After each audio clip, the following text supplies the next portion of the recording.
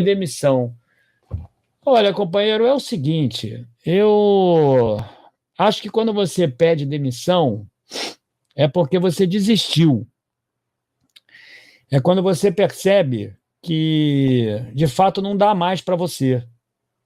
Eu, por exemplo, eu já trabalhei numa corretora há muitos anos atrás e eu, em determinado dia, saí da minha casa, peguei a moto, todo arrumado de terno, peguei a moto, fui em direção à corretora, e aí eu comecei a sentir, não é um mal-estar, não, mas eu disse assim, caramba, pô, eu estou saindo da minha casa todo dia para ir para lá, para esse ambiente, eu estava recebendo propostas já de outras corretoras, que isso é muito normal, e aí eu estava saindo, eu falei, pô, esse ambiente, pô, tem que aturar aquele cara todo dia que não sabe porcaria nenhuma, pô, o cara que está há tanto tempo grosseiro, toda hora tem discussão ali dentro, pô, ambiente ruim pra caramba.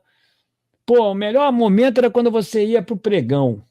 Lembra disso? Porque o pregão era aquele lá na Bolsa de Valores, quando tinha aqueles caras ali com o telefone, sabe? Negociando. E outrora, nas antigas, eu era um daqueles caras, eu trabalhei muito nisso no início da carreira, operador de pregão mesmo. E aí, companheiro, era o melhor momento, porque você chegava na corretora, você fazia o que você tinha que fazer burocrático, você ia para o pregão. O pregão era de 10 às 4. Aí eu almoçava e ia direto para o pregão novamente.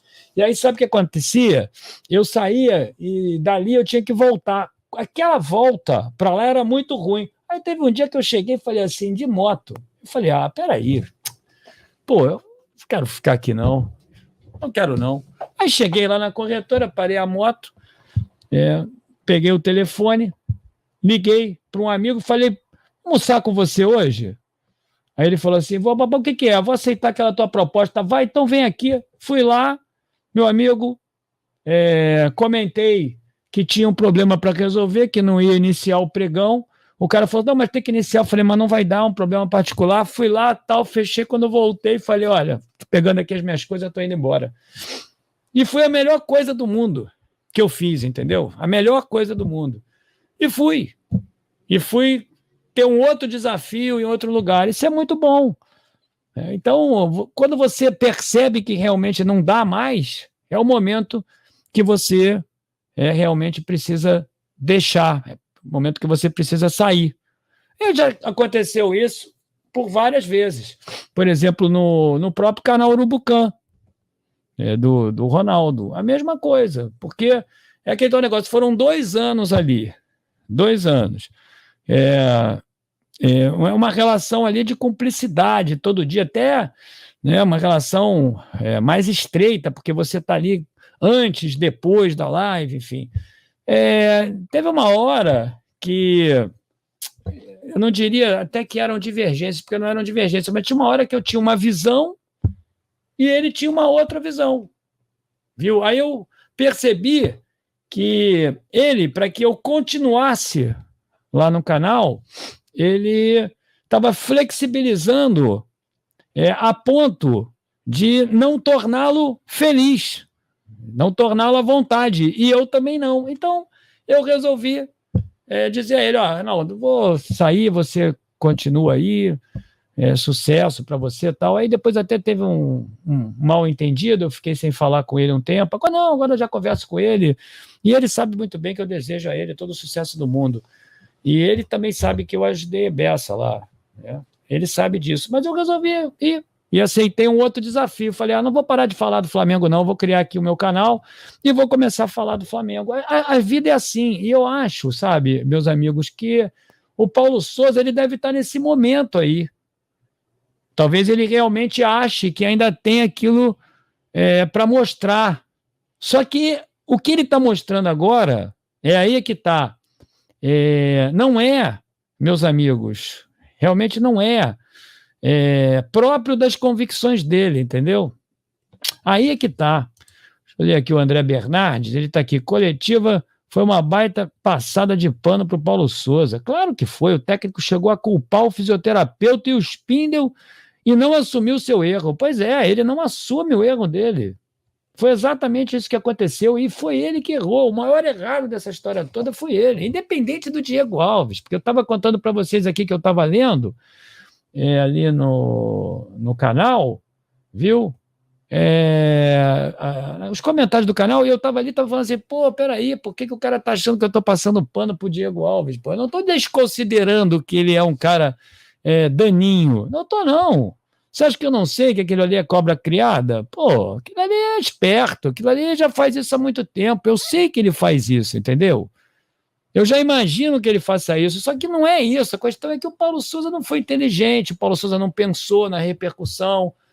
E aí é o seguinte, companheiro, passaram realmente ali pano para ele. Claro que passaram pano para ele. Eu não tenho nenhuma dúvida. Então, o que está acontecendo? Esse exemplo aqui que eu dei agora, esse exemplo que eu dei ali com o Urubucã, com a corretora que eu trabalhava, esse exemplo aí mostra claramente que ele está vivendo essa fase, porque ele não realmente já não dava mais. Então, uma hora os relacionamentos são assim, meus amigos. Tem início, meio e fim, não tem jeito. Nada é duradouro. Nem a nossa vida ela é duradoura. Não é. Então, ele está vivendo essa fase, mas ele já abriu mão da convicção dele em prol da continuidade dele do trabalho. Sabe por que ele abriu mão da convicção dele? Porque o Flamengo está jogando igual com a mesma proposta do Rogério Ceni, igualzinho. A do Rogério Ceni, então, meu amigo, é a mesma proposta. A mesma. Só que o Rogério Ceni nunca tinha, ao que eu me recorde, nunca abriu mão de 2 volantes. Ontem ele abriu. Eu não acho que ele vai jogar assim contra o Fluminense. Obrigado aí, companheiro Jefferson. Eu não acho que ele vai jogar assim contra o Fluminense. Acho que ele vai querer realmente um meio-campo mais combativo. Mas ele vai fazer uma bobagem grotesca. Sabe por quê? Porque não tem ninguém que seja mais combativo. Ninguém que seja mais combativo do que o Everton Ribeiro ali. O Everton Ribeiro marca muito. Marca muito e marca muito bem. Por isso que ele estava cansado. Everton Ribeiro é grande marcador. Só você olhar aí os scouts dele que você vai ver. Ele recompõe muito. Muito. Viu? Então, eu não sei se ele vai abrir mão, mas o time é igualzinho. Inclusive até na proposta de recuar depois que faz um gol. Você quer ver um caso específico hoje? Hoje, por exemplo, no primeiro tempo, eu estava vendo o jogo lá. São Paulo e Corinthians. Eu estava ali. Caramba, o Cássio foi o herói do jogo. Mas no primeiro tempo, você viu como é que o São Paulo jogou no segundo? Recuou. Os times do Rogério Ceni, eles são assim. Por que é um time assim? É um time assim, companheiro rubro-negro, inequivocamente, porque ele tem a escola do Muricy, que também era assim. O Muricy metia 1-0 e recuava o time. É verdade. Ele faria isso aqui no Flamengo. Não sei por que ele deu aula, o companheiro que falou aqui, Rogério Lima, não sei por que ele deu aula. Ele não deu aula de nada. Ele recuou o time todo no segundo tempo. E podia ter tomado gol de empate. Podia.